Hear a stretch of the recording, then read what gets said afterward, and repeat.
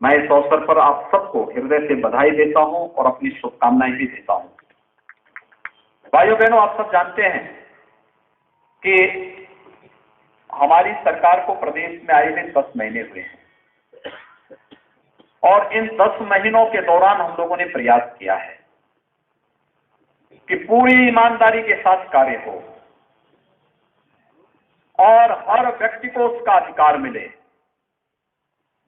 अन्याय किसी के साथ न हो, और सरकार उसी दिशा में कार्य कर रही है। मुझे याद है, मैं 4 वर्ष पहले मैं एक बार कैंपियरगंज से क्षेत्र का भ्रमण करते हुए गोरखपुर जा रहा था। मैंने देखा एक कैंपी जंगल कोड़िया के बगल में पूरा जाम लगा था और मैं गाड़ी से उतरा। मैंने पूछा क्यों जाम लगा है, तो पता लगा कि चोंटहा गांव के एक नौजवान ने आत्महत्या कर ली है। मैं उस घर में गया, माँ बाप का अकेला पुत्र था, नौजवान आक्रोशित थे। मैंने पूछा क्यों आत्महत्या किया, कहा कि पुलिस की भर्ती में योग्य होने के बावजूद इसका सिलेक्शन नहीं हुआ।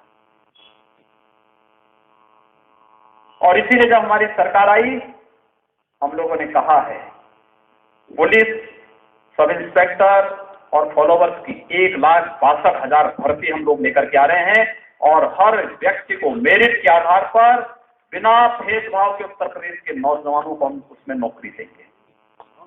और अगर किसी ने उसमें धांधली करने का प्रयास किया, भ्रष्टाचार फैलाने का प्रयास किया, तो भ्रष्टाचारी जेल में तो जाएगा, उसकी संपत्ति को भी जब्त करवा करके गरीबों में बांटने का कार्य भी करेगा। क्योंकि हमारे नौजवानों के साथ अब खिलवाड़ करने की छूट किसी को नहीं दी जा सकती। ये नौजवान हमारी विरासत है, हमारा विकास का आधार है, देश का उज्जवल भविष्य है। यह खुशहाल होगा तो प्रदेश खुशहाल होगा, देश खुशहाल होगा। और इसलिए हम लोगों ने 1,62,000 पुलिस की नौकरी लेकर के आ रहे हैं, 1,33,000 बेसिक शिक्षा की नौकरी लेकर के आ रहे हैं, जिसमें 68,500 की नियुक्तियां निकल चुकी हैं और इन नियुक्तियों के बाद फिर इसी और नियुक्तियों को लेकर के हम लोग आ रहे हैं। अधीनस्थ चयन सेवा आयोग में भी लगभग 60,000 नियुक्तियां निकलने वाली है। माध्यमिक शिक्षा चयन आयोग और उच्च शिक्षा चयन आयोग की कार्य पद्धति को भी तेज किया जा रहा है।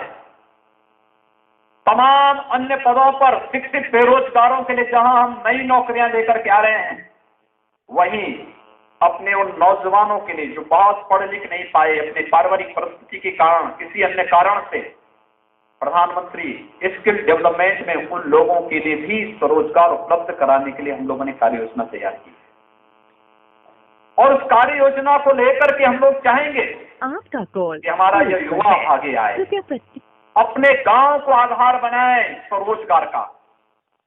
ग्राम विकास मंत्री यहां पर हैं हमारे। मैं चाहूंगा कि गोरखपुर जनपद में हर गांव में महिलाओं का एक स्वयंसेवी समूह बन जाए और यह स्वयंसेवी समूह महिलाओं को भी कहीं सिलाई कढ़ाई के कार्य के लिए, कहीं पत्तल बनाने के कार्य के लिए, कहीं पर कोई अन्य कार्य बनाने के लिए उन्हें मदद सरकार की तरफ से देकर के, कहीं पशुपालन के लिए, दुग्ध पालन के लिए, डेयरी के लिए, बकरी पालन के लिए, मुर्गी पालन के लिए, अलग अलग क्षेत्र में मछली पालन के लिए प्रोत्साहित करें, सब्जी की खेती के लिए प्रोत्साहित करें। सरकार धन देगी, बैंकों से धन दिलवाएंगे। मुझे लगता है कि माताएं अगर इस कार्य को करने के लिए आगे आती हैं, बहुत बड़ा कार्य हो सकता है, हर परिवार खुशहाल हो सकता है। और उस दृष्टि से कार्यक्रम प्रदेश के अंदर हम लोगों ने प्रारंभ किया। आज सब जानते हैं बिजली पहले नहीं मिलती थी, बिजली 4 जिलों में मिलती थी, बाकी 71 जिले बिजली से वंचित होते थे। हमारी सरकार आई, हम लोगों ने कहा कि अन्याय बंद होना चाहिए। आज पूरे प्रदेश के अंदर हर जिला मुख्यालय को हम 24 घंटे बिजली दे रहे हैं, तहसील मुख्यालयों को 20 घंटे दे रहे हैं। ग्रामीण क्षेत्रों में भी जहां बिजली के तार जर्जर नहीं है, फीडर ठीक ढंग से काम कर सकता, वहां पर 17 से 18 घंटे बिजली की आपूर्ति हम लोगों ने प्रारंभ की। पहली बार किसानों को प्रदेश के अंदर उसका अधिकार मिल रहा है। आपने देखा होगा किसान को उनकी उपज का दाम ही नहीं मिलता था, चीनी मिलें बंद हो रही थी, किसान तबाह था, क्रय केंद्र नहीं चलते थे, दलाल हावी थे। हम लोगों ने कहा दलाली नहीं चलनी चाहिए, किसान वही के आधार पर उसकी उपज को हम खरीदेंगे, समर्थन मूल्य से अधिक दाम देंगे और पैसा बैंक के अकाउंट में भेजेंगे, जिससे किसी भी प्रकार की कोई दलाली, किसी प्रकार की कोई मध्यस्थता न रहे। और मुझे बताते हुए प्रसन्नता है कि मात्र 10 महीनों के दौरान हमारी सरकार अब तक उत्तर प्रदेश के किसानों के खाते में 80,000 करोड़ रुपए से की धनराशि उनके खातों में भेज चुकी है। पहली बार हो रहा है। बाढ़ के समय आपने देखा होगा, बाढ़ एक प्राकृतिक आपदा है, मनुष्य के बस में नहीं है। हम आवश्यक उपाय करके कुछ रोकथाम कर सकते हैं, लेकिन अगर बाढ़ आ ही गई तो बचाव के कार्य के माध्यम से जनता को राहत दे सकते हैं। आपने देखा होगा पहली बार जब मैं गया लखीमपुर खीरी के बाढ़ को देखने के लिए, मैं हतप्रभ था। लोगों को केवल ब्रेड मिल रहे थे, पहले दिन था मेरा। मैंने कहा ब्रेड से कितने दिन कोई रहेगा, और उसी समय मैंने फोन किया लखनऊ में। मैंने कहा हर पीड़ित को 10 किलो चावल, 10 किलो आटा, 10 किलो आलू, तेल, दाल, नमक, मिर्च मसाले और जो भी आवश्यक है, ये सभी सामान का पैकेट बना करके लगभग 17-18 आइटम एक साथ पैक करके उसको बरसाती के साथ उसको उपलब्ध कराओ, और साथ साथ जितनी धनराशि हो सकती है, मकान टूट गया तो मकान की धनराशि उपलब्ध कराओ, जिसकी झोपड़ी बह गई है उस व्यक्ति को लिए नए मकान की व्यवस्था भी कराओ। और मुझे प्रसन्नता है हमारी सरकार इन सभी कार्य योजनाओं को पूरी मजबूती के साथ आगे बढ़ा रही है, पूरी मजबूती के साथ आगे बढ़ा रही है, उन कार्यों को आगे बढ़ाया जा रहा है। आज हम पहली बार प्रदेश में किसान को ध्यान में रखकर के नीतियां बन रही है, पहली बार किसान केंद्रित नीतियां बन रही है, युवाओं को केंद्रित नीतियां बन रही है, बहन और बेटियों की सुरक्षा की पुख्ता व्यवस्था की जा रही है। पहली बार प्रदेश के अंदर इस बात को कहा जा सकता है कि जनता की सरकार है और जनता के लिए समर्पित भाव के साथ कार्य कर रही है। जनता की सरकार, पैसा पहले भी था, लेकिन पैसा पहले जमीन पे नहीं लगता था, जनता के विकास में नहीं लगता था, कुछ चंद लोगों के घर में ये पैसा चला जाता था। हम लोगों ने इस अवधारणा को बदला है, क्योंकि दिल्ली में देश के प्रधानमंत्री के रूप में आदरणीय मोदी जी ने जो कार्य योजना प्रारंभ की है पूरे देश के अंदर, आज पूरा देश विकास के पथ पर अग्रसर है। देश दुनिया की सबसे बड़ी उभरती हुई आर्थिक महाशक्ति के रूप में आगे बढ़ रहा है। पहली बार हो रहा है कि गांव महिलाओं को, युवाओं को केंद्र में रख करके योजनाएं बन रही हैं। प्रधानमंत्री उज्ज्वला योजना, हर गरीब परिवार को मुफ्त में रसोई गैस उपलब्ध करवाने की कार्रवाई। सौभाग्य योजना के अंदर हर गरीब को निःशुल्क विद्युत कनेक्शन देने का कार्य किया जा रहा है। जिन गांवों में बिजली नहीं पहुंची है, उन गांवों में बिजली पहुंचाने का कार्य किया जा रहा है।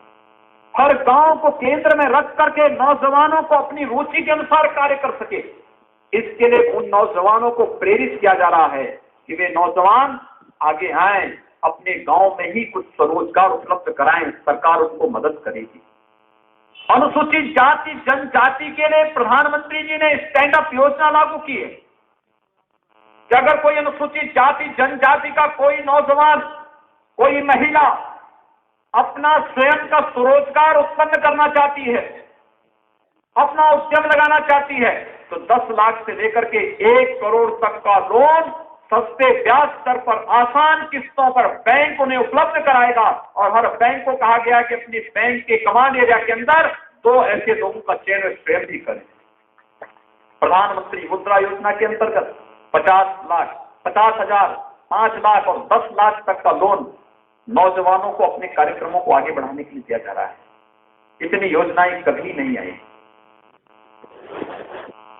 गरीब को, गांव को, किसान को, नौजवान को, महिलाओं को केंद्र में रख करके आदरणीय प्रधानमंत्री श्री नरेंद्र मोदी जी ने जो योजनाएं लागू की है, उन्हीं तर्ज पर आज प्रदेश के अंदर एक कार्यक्रम आगे बढ़ाए जा रहे हैं। आज आजादी के 70 वर्षों के बाद जो गांव विकास से वंचित थे, आप याद होगा आपको, दीपावली के दिन मैं गोरखपुर के अंदर आया था, 5 गांव जिनमें आजादी के बाद कोई कार्य ही नहीं हुआ था, बनटांगिया गांव को हम लोगों ने मान्यता दी, राजस्व गांव के रूप में बदला। उन गांवों में बिजली दी, उन गांवों में सड़क दी जा रही है, उन गांवों में वृद्धा पेंशन, विधवा पेंशन, राशन कार्ड उपलब्ध कराए जा रहे हैं, उन गांवों में स्कूल बनाए जा रहे हैं, उन गांवों में आंगनबाड़ी केंद्र बनाए जा रहे हैं। अब सोचिए, इतनी बड़ी आबादी और गोरखपुर शहर से मात्र 5 किलोमीटर के रेडियस में गांव थे। महाराजगंज में 1 जनवरी को मैं गया था। महाराजगंज में 1 जनवरी को 18 ऐसे गांवों को जिन्हें आजादी के बाद कुछ भी नहीं मिला था, उन गांवों को हम लोगों ने मान्यता दी। यानी ये कार्य इस बात को साबित करता है, पिछली सरकारें बांटती थी आपको, कोई जाति के नाम पर बांटती थी, कोई परिवार के आधार पर बांटती थी, कोई किसी आधार पर बांटती थी, लेकिन अंततः इसकी चपेट में गरीब आता था, गांव आता था, नौजवान आता था, किसान आता था। बांटने वाले लोग अपना उल्लू सीधा कर लेते थे, वे विभाजन करते थे जाति के आधार पर, लेकिन लखनऊ में बैठ करके योजनाओं का पैसा अपने स्वयं के घर के निर्माण में खर्च करते थे, अपने परिवार के लिए खर्च करते थे, जनता के लिए नहीं खर्च करते थे। आज सरकार का पैसा, केंद्र और प्रदेश सरकार का पैसा जनता के लिए खर्च हो रहा है, विकास के लिए खर्च हो रहा है, गरीब के लिए खर्च हो रहा है, नौजवानों को स्वरोजगार उपलब्ध करने के लिए खर्च हो रहा है, आपके उज्जवल भविष्य को आगे बढ़ाने के लिए, विकास की योजनाओं को एक नई गति देने के लिए हो रहा है। और इसी तर्ज पर आज एक बात सुना, मैं आपके बीच आया हूं। पिछली बार मैं कार्यक्रम किया था विकास योजनाओं का कैंपियरगंज ब्लॉक में, इस बार इसलिए मैंने कहा कि नहीं, जंगल कोड़िया ब्लॉक में कार्यक्रम होगा, अच्छा होगा। आने वाले समय में और भी ढेर सारी योजनाएं हैं, लेकिन मैं चाहूंगा, जिला प्रशासन से मैं कहूंगा, अभी जंगल कोड़िया में 2 कार्य और होने हैं। एक, इस जंगल कोड़िया मुख्यालय पर एक डिग्री कॉलेज बनना है, और यह डिग्री कॉलेज बनेगा। इस क्षेत्र से विधायक के रूप में 5 बार मेरे गुरुदेव थे पूज्य महंत अगस्त्यनाथ जी महाराज, तो उनके नाम पर इस जंगल कोड़िया में, जंगल कोड़िया के हमारे पूर्व प्रधान भी हैं, वर्तमान प्रधान भी यहां पर दिखाई दे रहे थे। कहां है प्रधान? तो अंदर बुला दो, रोल दो। हाँ, ये लोग जमीन की व्यवस्था करवा दें तो इनको जमीन के साथ साथ जमीनें उपलब्ध करवा दें तो एक अच्छा डिग्री कॉलेज यहां के लिए और एक स्टेडियम भी यहां के लिए हम लोग उपलब्ध कराएंगे, क्योंकि पहलवानों का क्षेत्र, इसलिए स्टेडियम के नाम पे ज्यादा ताली बजा रहे हैं। आप बात कर लेना एम साहब से। और दूसरा, काजीपुर या बुढ़िया बाड़ी के पास जहां भी जमीन मिलती है, वहां पर एक ITI स्वर्गीय रामपत यादव जी के नाम पर, ये 2 कार्य प्रस्ताव तत्काल बना करके भेजेगा जिला प्रशासन, और इन दोनों पर भी कार्य प्रारंभ हो, जिससे यहाँ के युवाओं को स्किल डेवलपमेंट में और यहाँ के नौजवानों को यहीं पर पढ़ाई के लिए अच्छी सुविधा प्राप्त हो सके। आज के इस अवसर पर विकास की ढेर सारी योजनाओं के लिए मैं आप सबको बधाई देता हूं, अपनी शुभकामनाएं देता हूं और विश्वास व्यक्त करता हूं कि विकास के जो कार्य यहां पर शिलान्यास हुए हैं, प्रशासन के लोग ये सुनिश्चित करें कि सभी कार्य एक समय सीमा के अंदर पूर्ण भी हों, गुणवत्ता को बनाए रखते हुए पूर्ण हो। कार्य समयबद्ध होने चाहिए। कार्य अगर समयबद्ध ढंग से पूरे नहीं होते हैं तो राजकोष पर उसका अनावश्यक दबाव पड़ता है। अतिरिक्त पैसे की मांग ये जनता पर अनावश्यक बोझ है और ये चीजें ठीक नहीं। कार्य समय पर शिलान्यास हो गया, उसके बाद कार्य योजना बनाकर के तत्काल कार्य प्रारंभ हो, समयबद्ध ढंग से पूर्ण करते हुए उन कार्यों को आम जनता को लोकार्पित किए जाने चाहिए। यह विश्वास करते हुए मैं आज के अवसर पर एक बार पुनः आप सबको हृदय से बधाई देता हूं, अपनी शुभकामनाएं देता हूं और विश्वास व्यक्त करता हूं कि विकास की योजनाओं को सभी कार्यकर्ता, सभी जनप्रतिनिधि प्रत्येक गरीब तक, गांव तक, किसान तक, नौजवान तक पहुंचाने का कार्य करेंगे। आप सबके प्रति मेरी शुभकामनाएं। धन्यवाद। जय हिंद। बहुत बहुत आभार मुख्यमंत्री जी आपका। और अब हम आग्रह करेंगे माननीय विधायक जी से कि वो स्मृति चिन्ह प्रदान कर माननीय मुख्यमंत्री जी को सम्मानित करें और उनके साथ ही साथ माननीय ब्लॉक प्रमुख